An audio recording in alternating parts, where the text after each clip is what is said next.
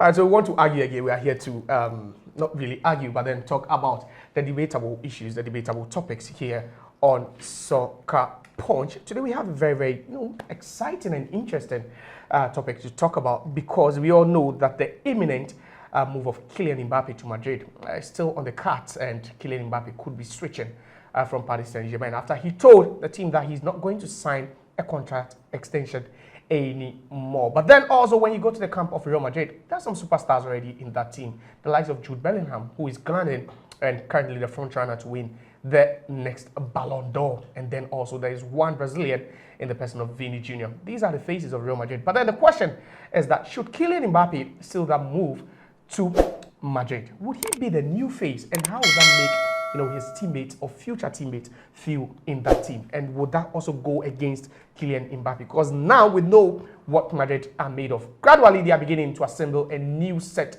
of Galacticos. Already, they have two superstars in Jude Bellingham and then also Vini Jr. Some supporting cast in Rodrigo, Valverde and co. But then Kylian Mbappé could be that big move, that marquee move to Real Madrid. So the question is so simple, and I have here my pundit carry to my left and then force to my right, where how you always do it. Yeah, it sometimes gets hot, but then this is a Soccer Punch on our media channel with me, Josiah. Welcome, gentlemen. Thank you. All right, who am I starting with? Force, you think Kylian Mbappé wouldn't be the face? What makes Kylian Mbappé the current favorite to win the Ballon d'Or? Bookmakers, pundits, tabloids, grapevine. You see, for one to become the face of something, right? You need to have that clout. Not necessarily because of what you are doing. I get to the point. And in sports, there's no country in this world who projects their player better than the English or better than the Brazilians. When Jude Bellingham came to Madrid, the first point that the English made was the fact that he was going to win the Ballon d'Or. Secondly, he was going to lead England to win the World Cup. And these are the projections. that was dependent on his performances. You see, and he's come to Madrid and justifiably done so. Currently, they have two superstars at Madrid. Yeah. Vinicius Jr. and Jude Bellingham. These are the face of Real Madrid currently. So should Kylian Mbappé move to Madrid, I totally disagree whether he's going to become the face of Madrid. He's never going to become the face of Madrid. This is a guy he's going to become a Nations League winner. Josiah, he's going to become a part of a front three. He's going to become a part of an ensemblement. He's going to become a part of a project. But this is a player who has been on the Ballon d'Or podium. He has never been on the Ballon d'Or podium. I get to the point. He was on the Ballon d'Or podium with Lionel Messi and Erling Haaland recently. He was third. Yes, so he was on the podium. The fact you are third doesn't mean that you're on the podium. That's the podium. Nobody remembers second. No, but you're still on the podium. I never said he's Nobody remembers second. Nobody remembers third in the scheme of affairs. Right? We always remember the best. That is why we are moving to Madrid. We are considered the best. But the argument is that, is he going to be the face of Madrid? I say no. And I am basing this on the fact that Madrid currently has two players who are the face of the project. They are not old. They are young, 21, 22. So at the end of the day, you ask yourself, what positiveness is Kylian Mbappé going to bring? Yes, at the end of the day, you look at their projects, their individual sponsorship deals, their individual social media projections. They do not have more than Kylian Mbappé. They have more than Kylian Mbappé. They do not have Kylian. Vinicius has more than Kylian Mbappé. Jude Bellingham more than Kylian Mbappé. They don't even have more hype and clout than Kylian Mbappé. When you talk about hype, when you talk about clout, there's no French footballer currently or past, right, that has more clout than English players. That is why you look at the projections that the English have been able to do. And they are telling you that Jude Bellingham... But who was the last English player to win the Ballon d'Or? None. Let me come to you, Kai. In about three years ago, yeah, has there been any Real Madrid player to mount the Ballon d'Or podium? Yeah. We've seen Vinicius Jr. being consistent for 2 seasons or so. Yeah. Even with Real Madrid, he won the Champions League, right? Yeah, he was won he able to mount the podium? It was Benzema who won it in that year. Yes, it was nowhere close to the even top 5. So you see, a player like Kylian Mbappé, I can tell you right now, it's not argument. It's no argument. It's a fact that Kylian Mbappé is the face of European football right now. The face of European, not even Real Madrid, the face of European football. The face of European football as we speak right now. God have and then mercy. to some extent, world football at large. have mercy. You see, Currently, Kylian Mbappé is the face of world football. yes. Remember what Pandit said in the World Cup final? Individually, one of the best performers in the World Cup final. Wow. Kylian Mbappé. Wow. One of the best. So how does that even give him the leverage to be the face of Real Madrid? Because there's a team that has Jude Bellingham. They have these Vini Jr. These players are nowhere close to Kylian Mbappé in terms of pedigree, performance, consistency, and everything. Who is Jude Bellingham? You're talking about pedigree. You're talking about consistency, right? Even when PSG had the greatest attack in football with Lionel Messi, and then was Neymar. They couldn't even get to the finals. What has been the impact in club football by Kylian Mbappé? That is the guy who Kylian Mbappé was in the finals. He was in the finals. That is the difference. That is the difference between what he's currently doing in PSG and Jude Bellingham is yet to taste and what is going to be done and what is going to be done in Madrid. I get to the point. Yeah. Madrid are not second fiddle to anybody. Yeah. You come to Madrid and you win. And justifiably so. But he's a Vinicius Junior. You see, when you play in the Farmers League, as described by pundits, it's the same league Jude Bellingham is coming from. No, it is not. It's the Farmers League. It is not. It is not in the sense that Vinicius has won the Champions League. Yeah. He scored a winning goal against Liverpool, right? Yeah. And I am Mbappé saying, has got the World Cup. He's been he's won back-to-back finals. Thank you. Nobody is disputing the fact that Kylian Mbappé is a very good player. Yeah. Yes. But the argument is that is he going to be the face of Real Madrid When he comes In the midst of Vini Jr. Should the move go through? Should the move go through? Kylian Mbappé is going to be a part, not the face of a project. It's never going to be the face of the project. But come to think of it, from a business perspective, Yeah. don't you think Madrid will make way more? They will with sell Kylian more Mbappé? jerseys with And Mbappé. because that's the reason why PSG, the entire Even France nation wants to keep watch- Kylian Mbappé in watch- hand. aside everything, watch- with watch. everything aside, force, even image rights, Yes. the clout, hype, everything. Let's put the football on grounds and play. He's a better player than the rest. On what basis? Mass ahead. Because he statistics-wise, he's ahead. What are the statistics are you talking Yeah, about? he scored more goals than all these players. He's been more He's influential. scoring.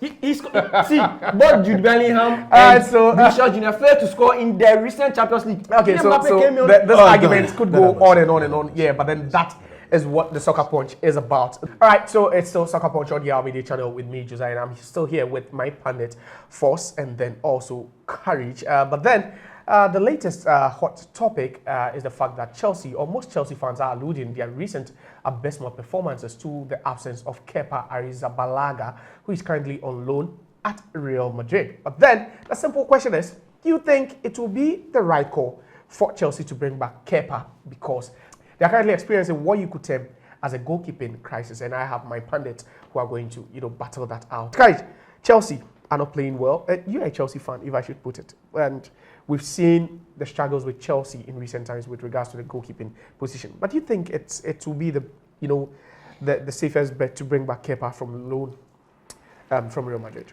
Absolutely. Even Kepa being in a bad form, as termed, was better than what we are seeing currently. With what Sanchez and Petrovic are doing, they are not better than Kepa.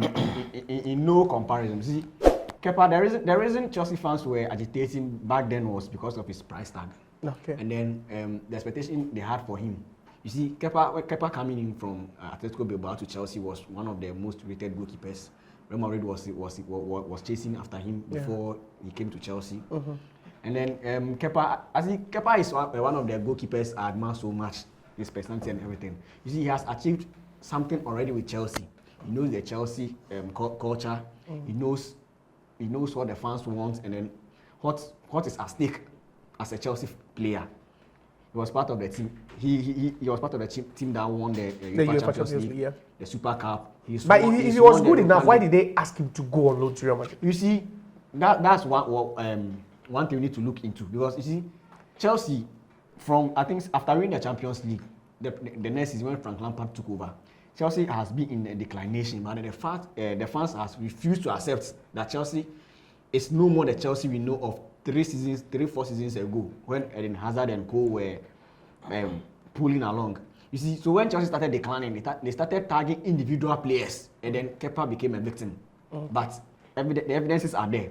You can see clearly what Kepa did as compared to what these goalkeepers are doing now. Roberto Sanchez from Brighton was a third choice goalkeeper. They brought him in. He was back then their first choice goalkeeper. He was relegated to third choice before Chelsea bringing him in. So they thought he was their Mr. Savior. He came. He's not even been consistent enough. What about Petrovic? Injuries He's been good. and a lot of errors. Petrovic, a very young goalkeeper coming from Serbia. Yeah. We thought he would be that step gap goalkeeper in the absence of Sanchez. He came, his first 3 matches he's been was consistent. okay. He's been good. He's conceded more than 2 goals in Chelsea's last 3 to 4 matches. Shipping goals. So you believe Kepa, it would be Calling Kepa right back will revive the goalkeeping department. First, I think you are a bit quiet now, but I think you wouldn't agree with what you say. Kepa by far is the worst goalkeeping addition to Chelsea squad. Like, come on. Let's be take that back. Let's be But frank you with have us. to See, he was bought at 76 million pounds. From Bilbao. At the time, he was the most expensive. Even today, he's the most expensive goalkeeper in the history of football. I get to the point. Let's ask the question then. Has he been able to justify that price? I get to the point. But If has you- he been given, a reasonable... proud to Mendy coming to Chelsea, Yeah.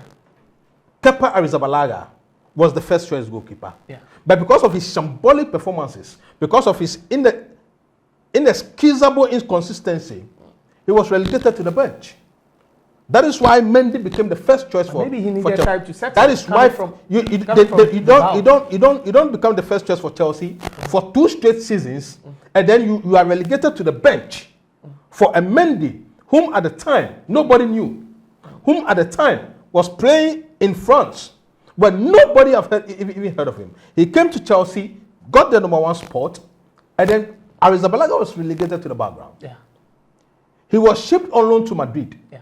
See, it is hardly inconsequential for one to realize that a first choice goalkeeper has been shipped on loan. It has never happened. To a big club. When Courtois got injured,